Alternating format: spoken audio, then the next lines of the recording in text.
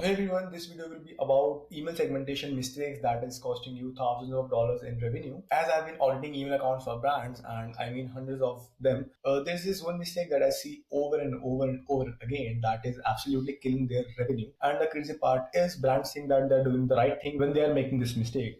They think that they're being strategic, they think they're being smart, but they're actually sabotaging themselves. So today, to lift the veil of this topic, we are going to talk about email segmentation. So just to give you more of an understanding, what do I mean by that? We were talking about email segmentation. Specifically, having too many segments is destroying your email revenue, and what you should be doing instead. If you have ever built dozens of different email segmentations because you have heard send the right message to the right person at the right time, this video is for you. You need to stick around till the end because I'm going to show you the exact math that proves why less is more when it comes to segmentation, and I'll give you the exact framework that brands doing 8 figures in revenue are actually using. So let's get into it. Why smart marketers make this mistake? A brand owner discovers segmentation for the first time. Maybe they watched a YouTube video on it, took a course on it, or hired a consultant, and they learn the golden rule of sending the right message to the right person at the right time. Which sounds brilliant, I get it, but they get into their email marketing platform and they start building out these segments. A lot of them. They create a segment for people who have bought once, twice, thrice, and one of those people who looked at their shoes, one for the people who looked at the accessories, one of the people who looked at the t-shirts, one people in the California, one people in the Texas, one people in God knows Peru, and one for the people who haven't purchased in 30 days, one for the people who haven't purchased in 60 days, so on and so forth. Before they know it, they've got 15 different segments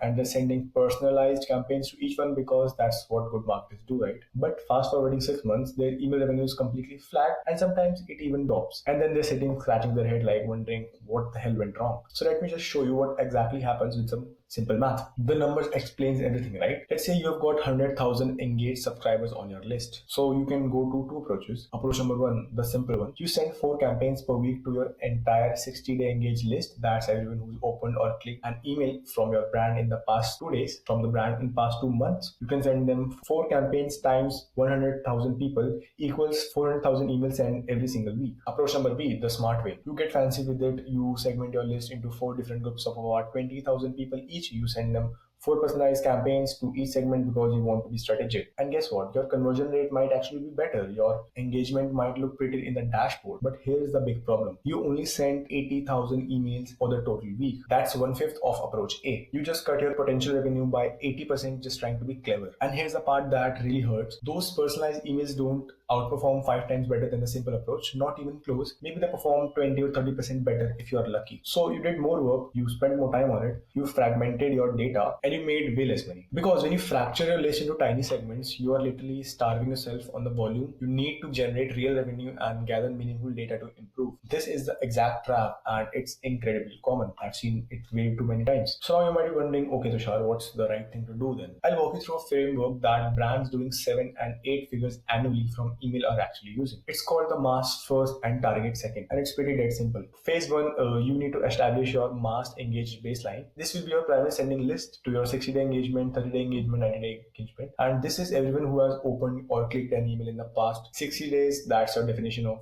engaged. You send 3 to 4 campaigns per week to this list every single week. No exceptions, no overthinking it. This is your foundation. This is where 80% or more of your campaigns revenue come from. So you don't mess with this. Even if you don't do anything else and just nail this part, send good campaigns to your engaged list consistently. That alone will outperform 90% of brands. Phase number 2, add targeted sends on top. Notice I said on top and not instead of. Once your baseline is logged in and you're consistently hitting your 3 to 4 campaigns per week to your mail list, then and only then you can layer 1 or 2 targeted sends per week to specific segments. These are bonus sends. You can say them extra touches, extra touch points, not a replacement of your core sending campaigns. These are the segments that you should actually target. Now I'll break it down for you for that matter. Number 1, highly potential purchasers. These are people who have shown interest recently but haven't bought yet. So they viewed a product in the last 30 days and maybe they added something to their cart. Maybe they even started checkout but they didn't complete it. They are warm, they just need a little more nudge. Send them 1 or 2 extra emails per month with specific offer or remind them about what they were looking at. Segment number 2, VIP customers. So these are the repeat buyers, people who have placed 5 or more orders with you. These people already love you, they like trust you, they keep coming back to your product. So you need to give them early accesses to new products, maybe exclusive discounts. These people are worth targeting once a month, maybe once every couple of weeks during peak seasons. Segment number 3, product or category interest. So people who have browsed a specific collection on your site. Let's say someone spent time looking at your winter jackets but did not buy. So when you drop a new winter jackets or run a sale on that specific category, you can hit this segment with a target email. This one is pretty situational. Use it when it makes sense, but don't force it every single week. Number 4, last but not the least, the win-back potential. So these are the customers who purchased 90 to 150 days ago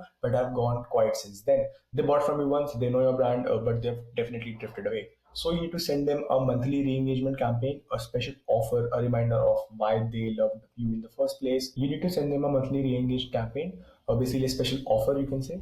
You need to remind them why they loved you in the first place. That's pretty much it.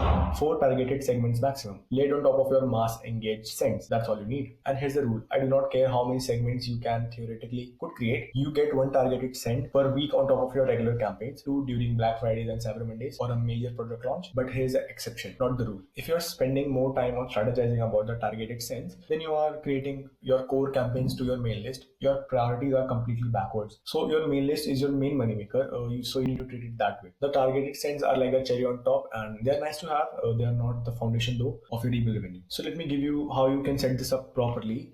And these are the exact definitions you need to build these segments inside of your email sending provider. For your 60-day engaged list, you need to make sure that you're including anyone who can receive email marketing in the first place. Then you need to create another filter which should be has either opened an email once in the last 60 days or clicked an email at least once in the last 60 days. You can start from here, and if your open rates are consistently above 25%, you can expand to this 90 days. If you're seeing deliverability problems, then you can tighten it to, let's say, 30 days. Your high potential purchasers, you need to include anyone who can receive email marketing first and foremost and hasn't placed an order in the past 30 days and has done at least one of these. Either viewed a product, added to cart a product, or started checkout in the past 30 days. This will be your high potential purchasers. Last but not the least, your VIP customer segments. You need to include anyone who can receive email marketing and has placed order at least 3 times, 4 times, or 5 times overall time. See, simple, clean, and effective. And if you're wondering, I don't know, Tushar, if I'm over segmenting or not. So now let's do a quick audit of your account right now. I want you to ask yourself these 5 questions. Number 1, how many active segments do you have? If you have got more than 10,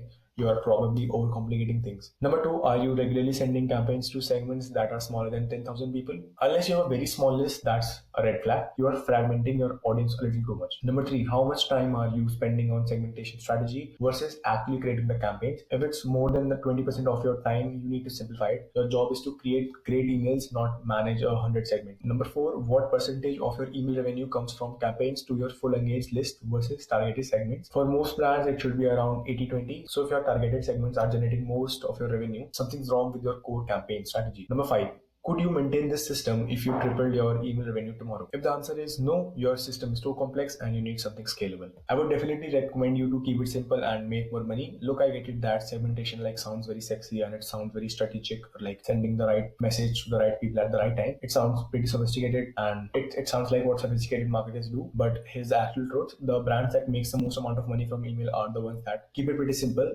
They send great campaigns consistently to their engaged list. They layer in few targeted sends where it makes the most sense, and that's it, right? That's the sauce. They don't spend their hours building elaborated segment trees.